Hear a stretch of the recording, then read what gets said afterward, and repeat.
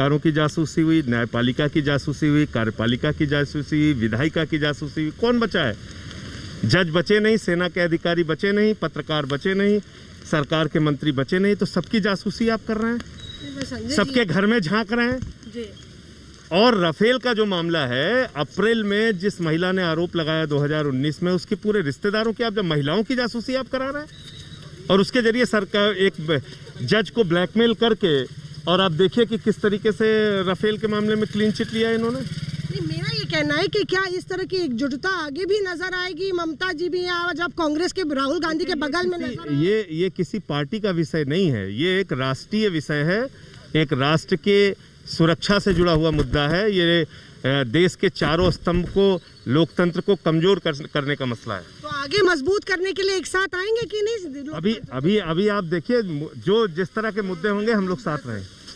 जो जिस तरह के मुद्दे होंगे उसमें हम लोग साथ आएंगे।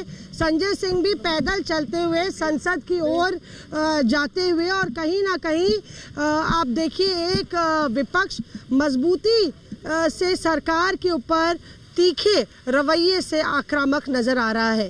कैमरा पर्सन संजय के साथ मौसमी सिंह, दिल्ली आज तक। आपको बता दें कि बीजेपी सांसद निशिकांत दुबे ने आज मांग की कि आईटी कमेटी से शशि थरूर को हटाया जाए। इस आईटी कमेटी के चेयरमैन शशि थरूर जी के खिलाफ एक प्रिविलेज मोशन के लिए खड़ा हुआ हूं। अध्यक्ष महोदय, आपको आश्चर्य होगा कि ये अपोजिशन यहाँ जो है पार्लियामेंट नहीं चलाने दे रही है, लेकिन ये कमेटी में वही चीजें डिस्कस करना चाहती है जिसके लिए कि सरकार यहाँ डिस्कशन के लिए तैयार है। यदि लोकसभा और राज्यसभा में अपोजिशन तैयार नहीं है, उसके बावजूद भी अध्यक्ष इसको चलाना चाहते हैं। मेरी बात केवल 2 मिनट सुन लीजिए सर।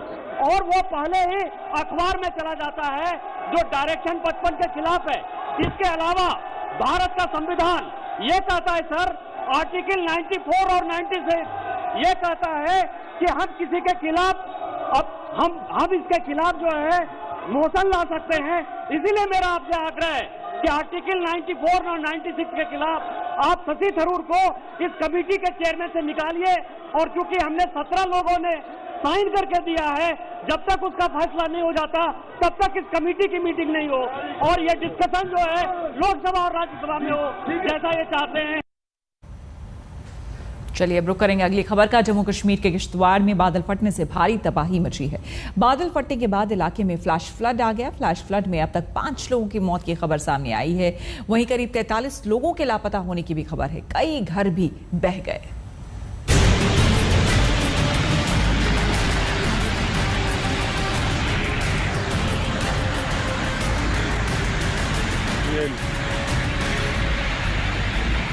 जम्मू कश्मीर के किश्तवाड़ में मौसम ने भरपूर ताकत दिखाने की ठान ली है।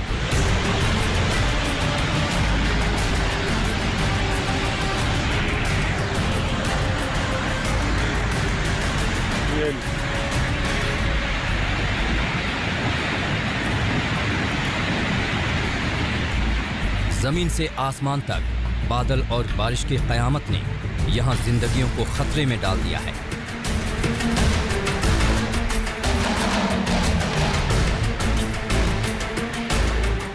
बादल फटने से दूर दराज के गांव एकदम अलग थलग पड़ गए हैं और बेकाबू सैलाब जैसे सब कुछ निगलने को गरज रहा है।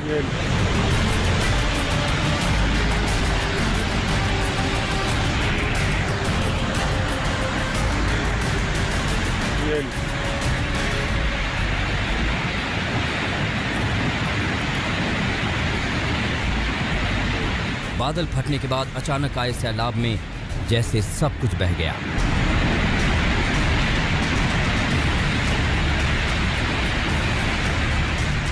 बीती रात किश्तवाड़ का दच्चन गांव बादल फटने की कयामत का गवाह बना और देखते ही देखते तबाही की लहरें यहां उफान मारने लगी। कुछ लोगों की जानें चली गईं और पानी का बेकाबू रेला तबाही का शोर मचाने लगा।